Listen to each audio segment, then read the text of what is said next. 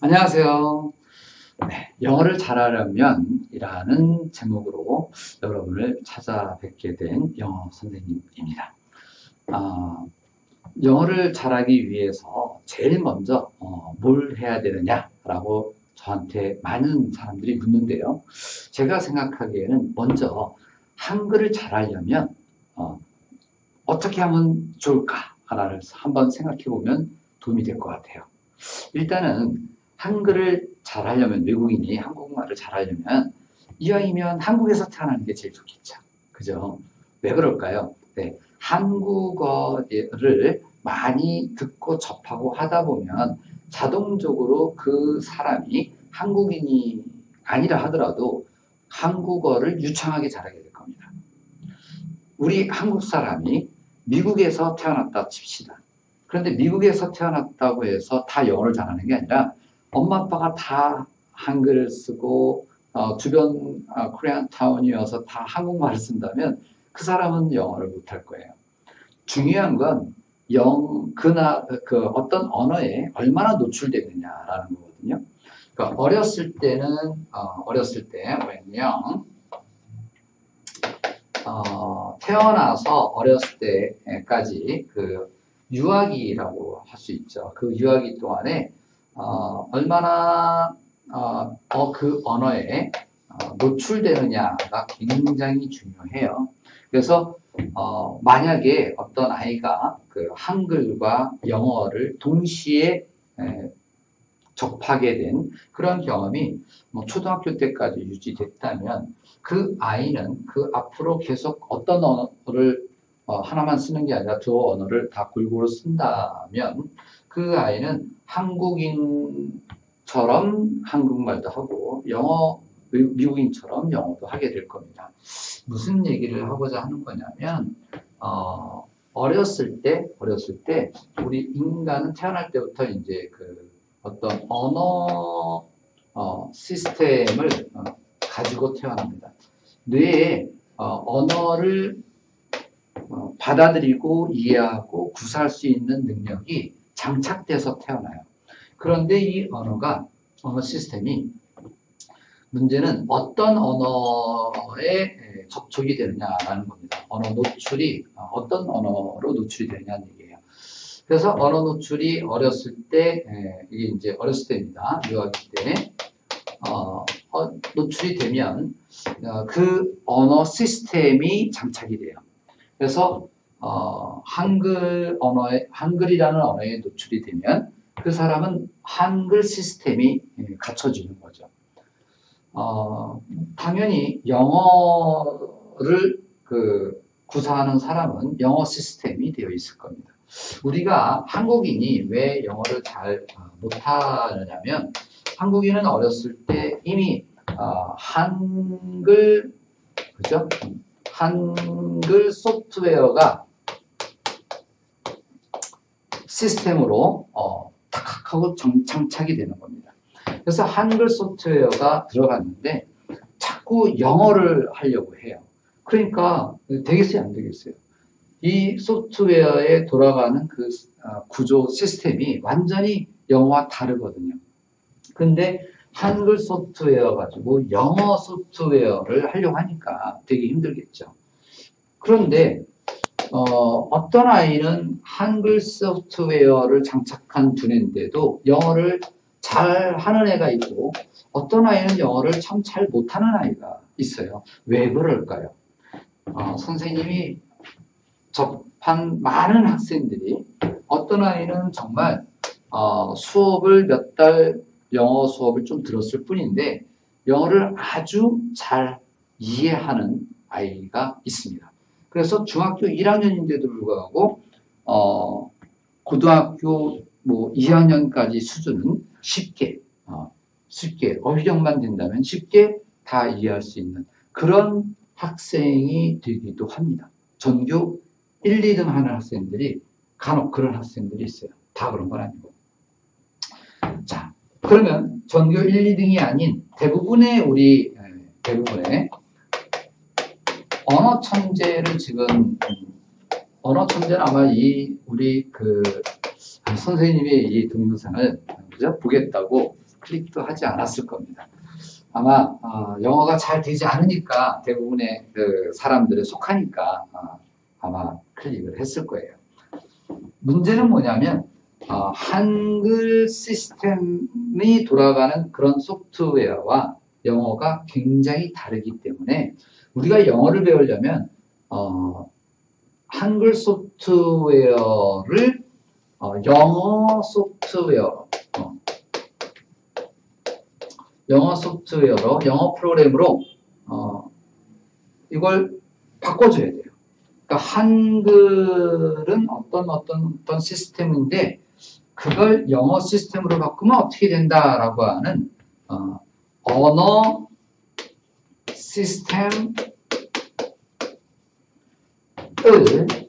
시스템을 번역해야 돼요. 번역.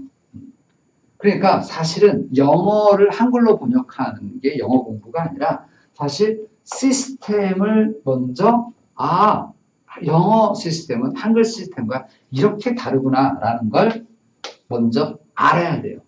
그런 과정을 거쳐야 영어가 보이기 시작하고 이해하게 됩니다. 자, 그러면 한글과 영어의 결정적인 차이점, 시스템의 한글과 영어 사실은 시스템이 있단 말이죠. 각각의 시스템이 있는데 우리가 하고자 하는 것은 어떤 차이점이 있는지를 알면 영어 시스템을 장착하는데 도움이 될 거다. 한글 소프트웨어가 우리 두뇌에 있는데 이 한글 소프트웨어를 하루아침에 영어 소프트웨어로 바꾸기는 힘들잖아. 하지만 한글의 특성을 잘 알고 그걸 영어에 접목해서 영어 시스템은 이런 거구나 라고 이해를 하면 훨씬 도움이 된다는 얘기입니다. 자, 그 시스템, 영어와 한글의 시스템에 어떤 차이가 있을 텐데 그 차이의 핵심은 뭐냐면 바로 어순이라고 할 수 있어요. 어순. 그러니까 어순에 대한 이해만 이루어지면 시스템이 거의 갖춰진다. 나머지는 다 단어다라고 생각하시면 돼요. 그러니까 사실은 어순을 이해하고 그 다음에 어휘를 익히고, 그죠? 그런 다음에 좀 더 복잡한 구조가 있겠죠, 그죠? 다양한 구조에 대해서 학습을 하고 그것을 독해에서 적용하는 훈련을 하면 영어는 된다라는 얘기입니다. 근데 많은 학생들이 어휘 암기를 힘들어하고 구조학습을 힘들어하면서 독해 문제는 잘 풀고 싶어해. 뿐만 아니라 문법도 잘하고 싶고 그리고 심지어는 영작도 잘하고 싶고 심지어는 말하기도 다 잘하고 싶은 거죠. 되겠습니까?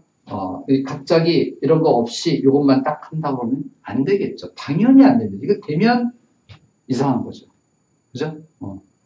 그래서 10년 이상의 그 언어에 노출이 되고 다양한 언어를 노출시키면서 뇌가 저절로 시스템이 만들어져야 되는데 그런 과정이 1도 없다가 그러다가 갑자기 한다? 될 리가 없습니다. 그래서 제일 먼저 1단계로 어순을 알아야 되는 거죠. 그 다음에 2단계가 어휘입니다. 근데 어휘를 하나도 모르면 어순 이해가 의미가 없겠죠. 그래서 영어를 하나도 모르는 학생이 아마 제 영상을 클릭하지는 않았을 겁니다. 중학교, 적어도 어느 정도 중학교 1학년 수준의 영어를 공부했다. 또는 중1, 2, 3의 영어를 들은 적은 있다. 라는 전제 하에서 수업을 좀 해볼까 합니다. 그래서 순서대로 좀 영상을 올려드릴 예정이니까 지금 이건 유튜브라든가 뭐 아프리카 TV라든가 이런 게 아니에요. 구독하실 필요 없고 와서 들으시면 됩니다. 구독 필요 없습니다. 네, 그냥 들으시면 됩니다. 네. 자, 먼저 그러면 어순의 이해에 대해서 설명을 오늘 해드릴게요.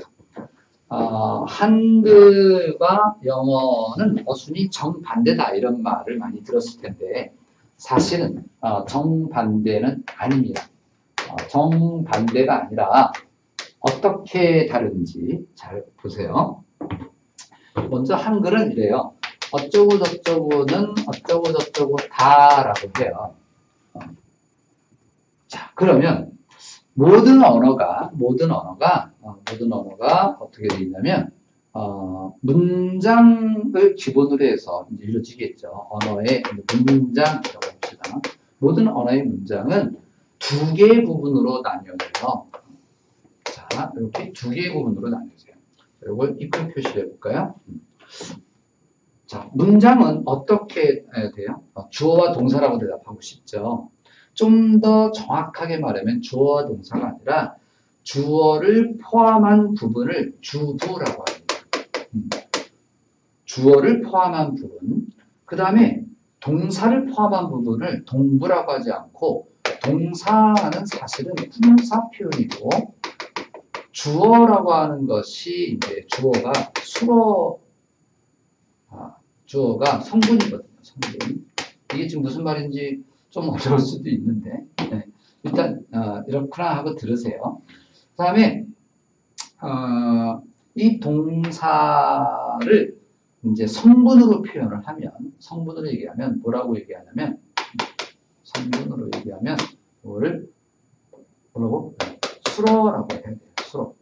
사실은 우리가 주어와 동사라고 하지만 사실 주어와 수로라고 해야지 된다는 거 알죠? 주술관계라고 하잖아요. 그래서 그 수로가 있는 부분을 우리가 술부라고 얘기를 합니다. 자, 여기까지 무슨 말인지 좀 어려워도 이거는 그닥 중요한 거 아니고요. 중요한 건 문장은 주부와 술부로 나뉜다는 겁니다. 한글은 어떻게 구성이 되어 있냐면 어렸을 때 써볼까요? 어렸을 때 내가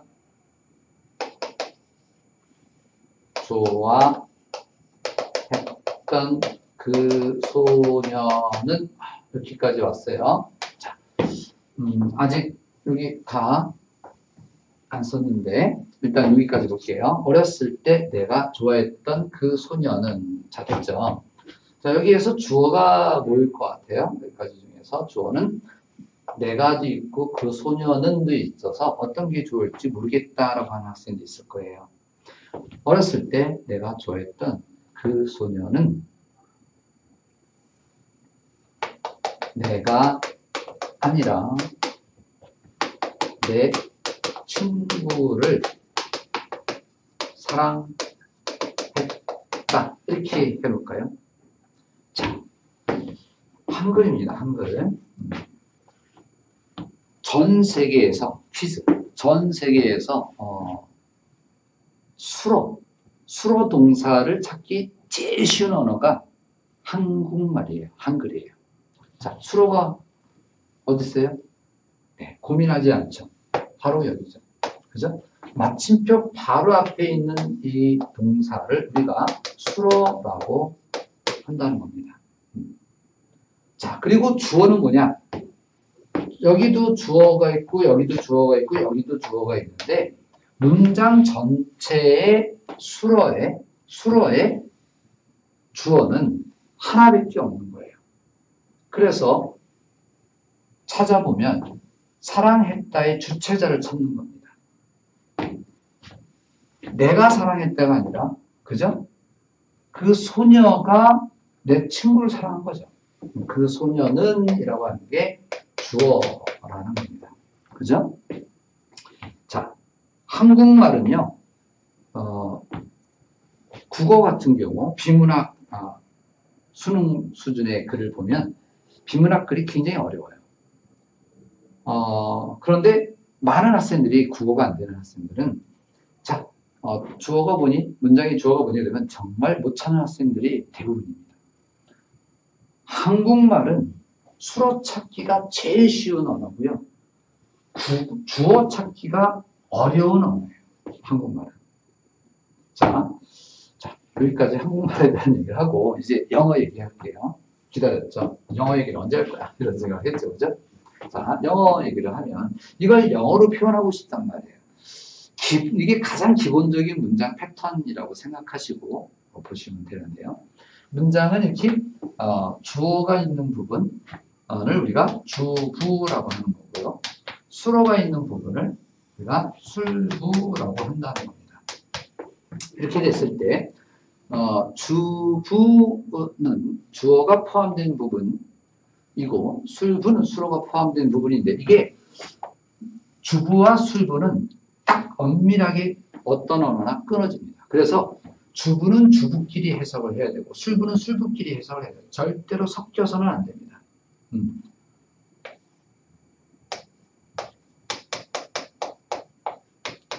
섞임 금지입니다. 섞이면 안 돼요. 주어가 포함된 주부는 주부끼리.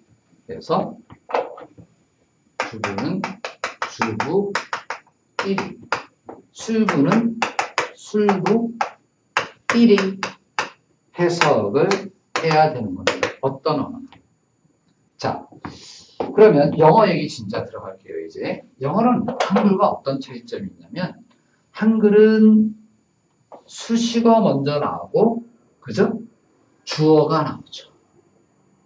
그리고 수로가 먼저 나오는 게 아니라,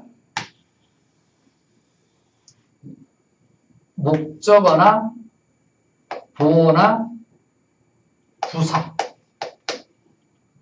목적어나 보어나 부사가 술부에 나올 수 있는 애들이에요. 목적어, 보어, 부사. 많지도 않죠. 세 가지예요. 이 목적어나 보어나 부사가 뭔지 몰라도 일단 그런가 보다 하고 들으세요. 좀 또 따로 다뤄야 될 부분이니까. 그래서 이런 것 다음에 맨 끝에 이제 동사 이렇게 나온다는 거죠. 자, 그러니까 한국말은 수식어 플러스 주어, 그 다음에 주부가 끊기고, 그 다음에 술부가 어떻게? 목적어가 나오거나 보어가 나오거나 부사가 나온 뒤에 동사 이렇게 나오는 게 뭐라고요? 한글이라고 영어라고? 이게 한글이라고요. 한글 시스템이 이렇다라고 일단 알고 있어야 돼요. 영어는 반대인데 정반대가 아니라 어떻게 반대냐면 주부와 술부를 나눴을 때 이왕이면 같은 선에 그어야 되겠다. 이게 그쵸? 헷갈리지 않게. 주부와 술부를 나눴을 때 반대예요. 그러니까 주어 플러스 수식어고 그 다음에 동사 플러스 목적어를 쓰든지 보어를 쓰든지 부사를 쓰든지 그건 그 뒤에 나와야 될 것이다 라는 겁니다. 이게 뭐다? 영어예요. 이것만 기억해 주시면 영어가 보이기 시작합니다. 자, 그래서 영작도 됩니다. 먼저 주어부터 쓰라고 해요. 그 소녀를 한글로 써요? 영어로 써요? 영어로 써도 되죠? 이 정도. 그죠? 그러면 한글로, 영어로 the girl 써줄게요. 그 다음에 그 다음이 문제인데 어렸을 때 내가 좋아했던이라고 했잖아요. 이거를 순서를 거꾸로 쓴다고 생각하면 어렸을 때 내가 좋아했던이잖아요. 그러면 그 소녀인데 내가 좋아했던 그 다음에 어렸을 때 이 순서라고요. 아직도 이해 안 되나? 이해되죠? 어렸을 때 한 덩어리잖아. 이건 끊을 수 없는 덩어리잖아. 이런 걸 우리가 청크라고 해요. 전문 용어로. 그죠? 청크, 덩어리. 그 다음에 내가 좋아했던 덩어리. 그 다음에 그 소녀는 이렇게 된 거란 말이에요. 그죠? 소녀 다음에 그가 뒤에 나오는 게 아니고 girl, 더 이게 아니라 그죠? the girl. 이거 한 덩어리니까. 그러면 어렸을 때 내가 좋아했던 그 소녀는 쓰고 내가 좋아했던 자, 이걸 써줘야 되는데 좀 밑에다 쓸게요. 자, 우리가 좀 좋게 됐으니까 더 girl. 그 다음에 내가 좋아했던 I liked 이렇게 쓴다고요. 그 다음에 어렸을 때 when young 이렇게 돼요. 사실 철자만 알면 어렵지 않다라는 게 느껴지죠? 그죠? 그 다음에 뭐부터 쓴다고요? 사랑했다를 쓴다고요. loved. 아이고, 여기도 조금 보통 정리를 할게요. 그래서 플러스 목적어가 나오거나 형용사가 보호가 나오거나 부사가 나오거나 그렇다 그랬습니다. 자, 그래서 loved 됐나요? 그 다음에 이것도 순서를 거꾸로 해야 되는데 사랑했다. 그 다음에 내 친구를 이제 들어요.